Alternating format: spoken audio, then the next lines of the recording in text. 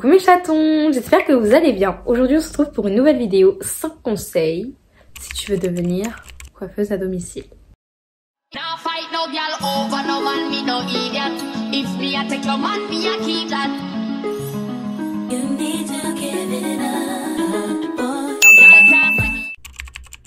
Le premier conseil que j'ai à te donner, c'est lance-toi. N'attends pas que tout soit parfait, parce que ce ne sera pas parfait dès le début. Tu vas échouer à quelques endroits, tu auras certaines difficultés, certaines lacunes, tes photos ne seront pas parfaites, ton tracé ne sera pas parfait, mais lance-toi. Il n'y a que en t'exerçant vraiment et en essayant, en échouant, en testant que tu vas vraiment réussir, apprendre et progresser. Il n'y a pas d'âge pour commencer la coiffure afro. Moi j'ai commencé à 17 ans. Je me lançais, je vous mets des photos là. C'était catastrophique, vraiment catastrophique les gars. Mais j'ai persévéré, je me suis lancée, c'était pas parfait, je mettais sur Instagram. Et à force j'essayais des nouvelles choses, j'avais des compliments. Je m'entraînais sur mes soeurs, mes cousines, les têtes à coiffer, moi, des modèles aussi. N'hésitez pas à demander des modèles pour 20-30 euros. Et ensuite je me suis améliorée nettement. Deuxième conseil, bien choisir ta cible. C'est une chose vraiment super importante que tu apprends à chaque fois que tu dois lancer un business, parce que faire de la coiffure à domicile c'est un business. Du coup dès que tu dois lancer ton business, tu dois cibler ton audience, cibler les personnes que tu vises, cibler ton public, cibler tes futurs clients, ta clientèle. Et c'est hyper important que tu cibles vraiment le genre de personnes que tu veux toucher. Donc c'est-à-dire si tu veux plutôt toucher les personnes, les adolescentes qui n'ont pas forcément les moyens, les jeunes adultes qui ont les moyens, les jeunes adultes qui ont beaucoup de moyens, ou les adultes qui sont en place financièrement et qui pourront payer une coiffure à 100, 150 euros sans rechigner. C'est hyper important de trouver sa cible. En fonction de ça, du coup, tu vas faire la communication qui touche la cible que tu veux cibler. Je sais pas si tu m'as comprise.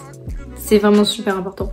Si tu veux cibler les personnes de 13 à 17 ans, tu vas pas poster les mêmes vidéos sur les réseaux sociaux, pas mettre les mêmes hashtags, pas mettre les mêmes prix, pas avoir la même empreinte marketing, c'est-à-dire le même feed Instagram. Mais dans tous les cas, c'est hyper important que tu trouves ta cible et que tu agisses en fonction, que tu communiques en fonction, que tu mettes tes tarifs en fonction de ta cible.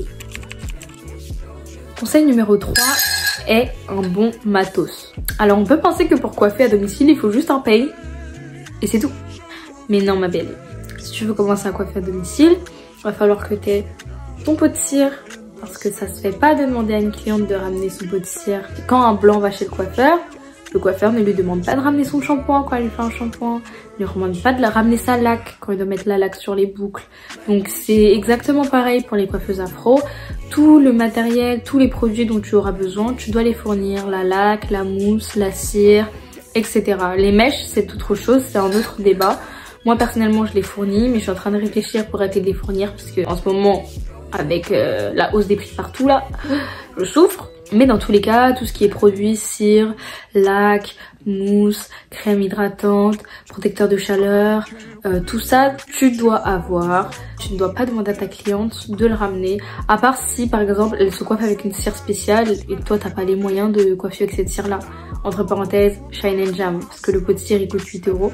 Il y en a qui peuvent se permettre de l'acheter, il y en a non, il y en a qui préfèrent coiffer avec la Ridwan à 2,99 € et c'est tout à fait ok. Quatrième conseil, ne mets pas tes prix trop bas. Alors je sais que c'est hyper à la mode sur TikTok de trouver des coiffeuses pas chères et que tu penses que moins tes prix sont chers, plus tu auras de clientes.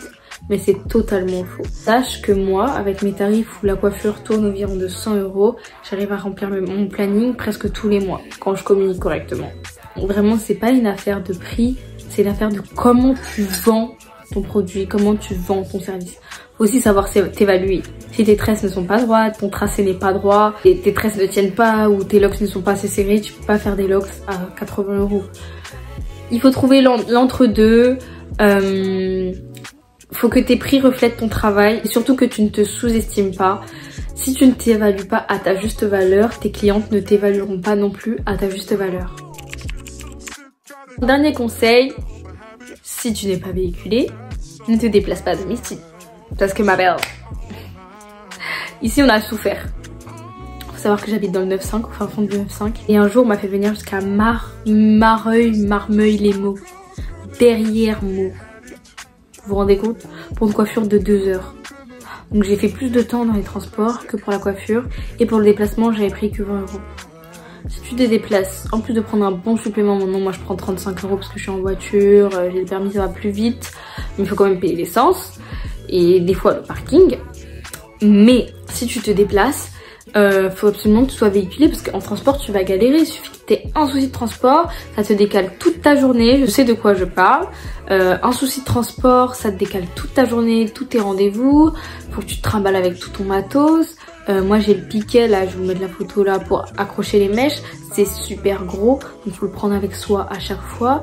Plus tous tes paquets de cire, ton sèche-cheveux, ta mousse, tout ça. De trimballer tout ça dans les transports, l'aller, puis le retour. Franchement c'est vraiment galère. Donc si j'ai un conseil, ne te déplace pas parce que le temps que tu perdras dans les transports, c'est le temps que tu peux utiliser pour avoir une autre cliente, soit pour une coiffure rapide ou non. Imaginons que tu dois faire Versailles, Saint-Denis. T'habites à Saint-Denis, tu dois aller à Versailles. Bon, c'est 1h20, 1h30 on va dire à peu près. 1h30, allez, 1h30 retour, ça te fait 3 heures. Et en 3 heures, t'as le temps de faire une prestation de nappe collée. Donc tu peux te faire 40 euros. Quand on dit que le temps c'est de l'argent, c'est pas de la rigolade. Donc les filles, franchement, travaillez intelligemment. Et ça sert à rien de se déplacer à 10 000 km de chez soi si vous n'êtes pas véhiculé. C'est la fin de cette vidéo. Si vous voulez d'autres conseils, n'hésitez pas. Si vous avez des questions, n'hésitez pas. J'espère que la vidéo vous aura plu. Je vous fais des gros bisous d'amour mes chats. Et à très bientôt. Oh, non, non, non.